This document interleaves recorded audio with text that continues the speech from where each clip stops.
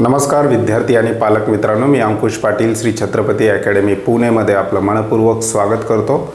आजच्या व्हिडिओमध्ये आपण डिस्कस करणार आहोत डोमासाइल सर्टिफिकेट आणि रेसिडेंट सर्टिफिकेट, अर्थातच आदिवासी प्रमाणपत्र आणि रहिवासी प्रमाणपत्र याच्यामध्ये प्रामुख्याने काय बदल आहे आणि ॲडमिशनसाठी विद्यार्थ्यांकडे कोणतं सर्टिफिकेट असणं गरजेचं आहे। बरेचसे विद्यार्थी रहिवासी प्रमाणपत्रालाच डोमासाइल सर्टिफिकेट समजतात आणि विद्यार्थ्यांना ॲडमिशनच्या वेळेस त्या ठिकाणी प्रॉब्लेम येऊ शकतो। त्यामुळे अतिशय महत्त्वाचा विषय आपण डिस्कस करणार आहोत। याच्यामध्ये दोन्ही सर्टिफिकेट आपण विद्यार्थ्यांना दाखवणार आहोत। दोन्हीमध्ये नेमका फरक काय आहे आणि ॲडमिशनसाठी विद्यार्थ्यांनी कुठलं सर्टिफिकेट काढायचं आहे याविषयी डिटेल डिस्कशन घेणार आहोत। चॅनलवर नवीन असाल तर अशाच माहितीपूर्ण व्हिडिओसाठी श्री छत्रपती अकॅडमी पुणेच्या यूट्यूब चॅनलला सबस्क्राईब करा। त्याचबरोबर ज्या विद्यार्थ्यांना अशाच प्रकारचे महत्त्वपूर्ण अपडेट्स आपल्या व्हॉट्सअपवर हवे असतील तर डिस्क्रिप्शन बॉक्समध्ये आमच्या व्हॉट्सअप चॅनलची लिंक दिलेली आहे। त्या लिंकवर क्लिक करून तुम्ही सहज आमच्या व्हॉट्सअप ग्रुपला सुद्धा जॉईन होऊ शकता। व्हिडिओला आपण सुरुवात करूयात। व्हिडिओचा विषय आहे रहिवासी आणि डोमासाइल प्रमाणपत्रामधील फरक। या दोन्हीमध्ये नेमका फरक काय आहे। महाराष्ट्र राज्यातील बरेचसे असे विद्यार्थी आहेत त्यांनी रहिवासी प्रमाणपत्र काढलेलं आहे आणि रहिवासी प्रमाणपत्र ॲडमिशनसाठी व्हॅलिड आहे का विद्यार्थ्यांना डोमासाइल सर्टिफिकेटच काढावं लागणार आहे याविषयी आपण बोलणार आहोत। ॲडमिशनसाठी कोणत्या प्रमाणपत्राची आवश्यकता असते। नेमकं रहिवासी प्रमाणपत्र म्हणजेच आपण त्याला रेसिडेंट सर्टिफिकेट म्हणतो आणि दुसरं आहे जे आदिवासी प्रमाणपत्र ज्याला आपण डोमासाइल सर्टिफिकेट म्हणतो। तर याविषयी आपण पाहूयात।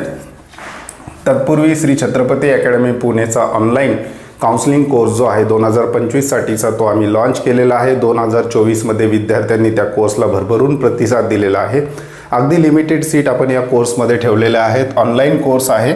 हा कोर्स परचेस करण्यासाठी विद्यार्थ्यांना डिस्क्रिप्शन बॉक्समध्ये आमच्या ऑनलाईन ॲपची लिंक दिलेली आहे। त्या लिंकवर क्लिक करून विद्यार्थी श्री छत्रपती अकॅडमी पुणेचं ऑनलाईन ॲप्लिकेशन डाउनलोड करून घेऊ शकतात। या कोर्समध्ये विद्यार्थ्यांना MBBS, BDS, BMS, BHMS, physiotherapy, वेटरनरीसह अन्य कोर्सेसची डिटेल माहिती, त्याचबरोबर काउन्सिलिंगचे अपडेट, त्याचबरोबर यावर्षीचे संपूर्ण कट ऑफ बुकलेट्स म्हणजे 2024चे college wise cut off category wise काय राहिलेले आहेत ते बुकलेट, त्याचबरोबर फॉर्मचे डेमोसुद्धा देण्यात आलेले आहेत की फॉर्म कशा प्रकारे असतात त्याचे डेमोसुद्धा आपण त्या कोर्समध्ये ठेवलेले आहेत।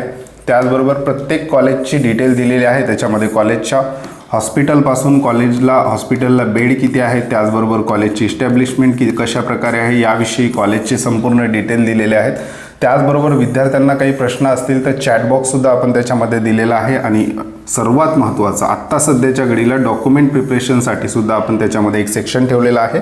अशाच प्रकारचे व्हिडिओ सिरीजसुद्धा तुम्हाला त्याच्यामध्ये मिळणार आहेत आणि पुढं जेव्हा काउन्सिलिंग सुरू होईल तेव्हा कॉलेजच्या ज्या काही प्रेफरन्स लिस्ट आहेत आयडियल त्या कशा प्रकारे भरायच्या आहेत त्या प्रेफरन्ससुद्धा विद्यार्थ्यांना त्या ॲपमध्ये मिळणार आहे। डिस्क्रिप्शन बॉक्समध्ये आमच्या ॲपची लिंक आहे। लिंकवर क्लिक करून तुम्ही सहज आमचं ऑनलाईन ॲप्लिकेशन डाउनलोड करून हा कोर्स परचेस करू शकता। विषयाकडे वळूयात की मुख्य विषय आहे आजचा आपला की रहिवासी प्रमाणपत्र आणि आदिवासी प्रमाणपत्र याच्यामध्ये नेमका फरक काय आहे। पहिला आहे डोमासाइल सर्टिफिकेट।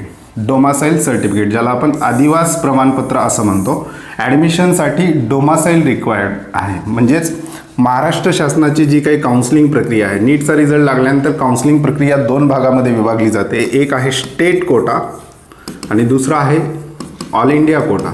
आणि स्टेट कोट्यामध्ये या राज्यातील विद्यार्थ्यांसाठी म्हणजेच महाराष्ट्र राज्यातील विद्यार्थ्यांसाठी ज्या विद्यार्थ्यांचं डोमासाइल महाराष्ट्राचं आहे आणि 10वी-12वी महाराष्ट्रातून झालेली आहे अशा विद्यार्थ्यांसाठी महाराष्ट्र राज्यातील जेवढे गव्हर्नमेंट कॉलेज आहे संपूर्ण कोर्सेसचे, त्याचबरोबर जेवढे प्रायव्हेट किंवा सेमी गव्हर्नमेंट कॉलेजेस आहेत याच्यामध्ये विद्यार्थ्यांना 85% सीट या राखीव ठेवण्यात आलेल्या असतात आणि 15% गव्हर्नमेंट कॉलेजच्या सीट या ऑल इंडिया कोट्याकडे दिलेल्या असतात आणि प्रायव्हेट कॉलेजच्या 15% सीट या मॅनेजमेंटमधून भरल्या जातात।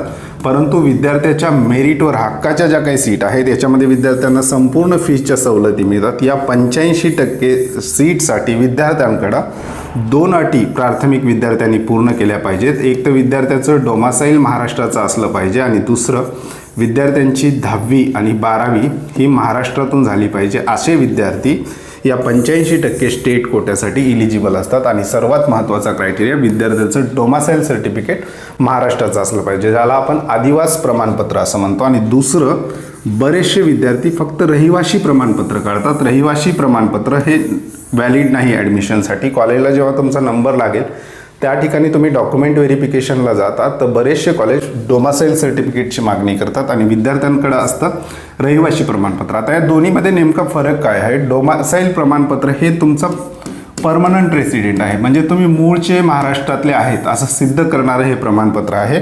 आणि रेसिडेंट ज्याला आपण रहिवासी प्रमाणपत्र म्हणतो हे म्हणजे हे आहे टेम्पररी, म्हणजे सध्या तुमचं वास्तव्य महाराष्ट्रात आहे. आणि हे जे आहे ॲडमिशनच्या वेळेस बऱ्याचशा वेळेस व्हॅलिड केलं जात नाही, त्यासाठी विद्यार्थ्यांकडं डोमासाईल सर्टिफिकेट असणंच गरजेचं आहे. आता दोन प्रमाणपत्र कशा प्रकारचे आहेत ते सुद्धा आपण पाहूयात. हे जे स्क्रीनवर दिसतंय हे आहे विद्यार्थ्यांचं डोमासाईल सर्टिफिकेट. डोमासाईल सर्टिफिकेट अशा प्रकारचं असतं, आपण पाहू शकतो.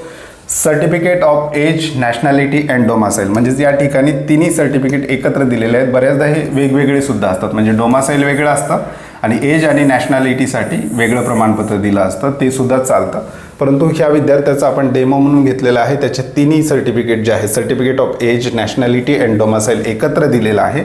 तर डोमासाईल सर्टिफिकेट हे अशा प्रकारे असतं, हे तुम्ही पाहू शकता. याच्यामध्ये स्पष्ट उल्लेख केलेला असतो. आता दोन्ही सर्टिफिकेटमधला फरक जर आपल्याला बघायचं झालं तर याच्यामध्ये स्पष्ट उल्लेख केलेला असतात within the territory of India, म्हणजेच विद्यार्थ्याचा ॲड्रेस दिलेला असतो. अँड सी इज, म्हणजेच ही गर्ल स्टुडंट आहे त्याच्यामुळं सी.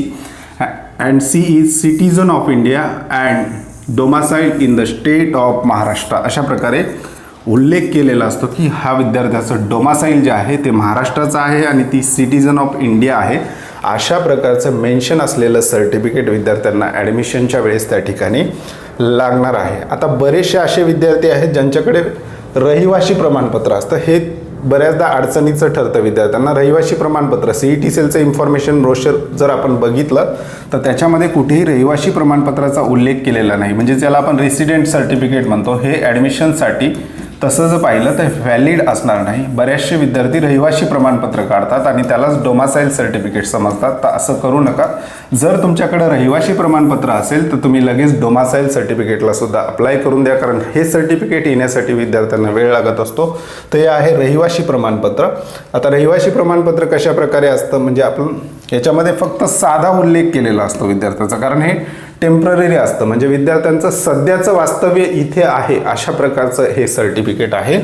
सदरचा दाखला याबाबत वास्तव्यात असल्याबाबत तलाठी यांचा दाखला किंवा खालील क्रमांकाच्या आधारे सादर केलेला दस्तावेज पुराव्याचे तपशील एवढंच लिहिलेलं असतं. आणि येथील रहिवासी आहेत याच्यामध्ये domicile of Maharashtra, citizen of India अशा प्रकारचा कुठलाही उल्लेख केलेला नसतो. त्यामुळं बरेचसे कॉलेज या सर्टिफिकेटला व्हॅलिड ठरवत नाहीत ॲडमिशनच्या वेळेस. त्यामुळे विद्यार्थ्यांकडे जर रहिवासी प्रमाणपत्र असतील तर विद्यार्थ्यांनी आत्ताच बघून घ्या आणि लगेच डोमासाईल सर्टिफिकेटला विद्यार्थ्यांनी अप्लाय करून द्या. अशा प्रकारचं डोमासाईल सर्टिफिकेट असलं पाहिजे ज्याच्यामध्ये उल्लेख असला पाहिजे domicile in the state of Maharashtra, अशा प्रकारचं सर्टिफिकेटच व्हॅलिड ठरणार आहे. त्यामुळे विद्यार्थ्यांनी आत्ताच बघून घ्या की आपल्याकडे कोणतं सर्टिफिकेट आहे, आणि जर तुमच्याकडे डोमासाईल नसेल तर लगेच तुम्ही अप्लायसुद्धा करू शकता. हा एक महत्त्वाचा विषय आहे डॉक्युमेंटच्या दृष्टिकोनातून. येणाऱ्या व्हिडिओमध्ये अशाच प्रकारे डॉक्युमेंट्स विद्यार्थ्यांसाठी व्हॅलिड कोणकोणते आहेत याविषयीची सुद्धा व्हिडिओ सिरीज आपण या चॅनलद्वारे चालू करणार आहेत. त्यामुळे चॅनलवर नवीन असाल तर अशाच माहितीपूर्ण व्हिडिओसाठी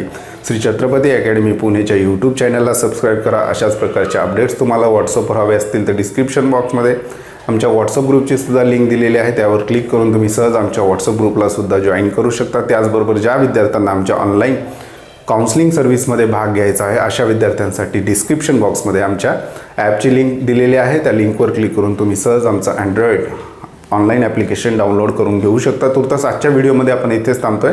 पुन्हा भेटूयात आणखी एका नव्या आणि माहितीपूर्ण व्हिडिओमध्ये. धन्यवाद.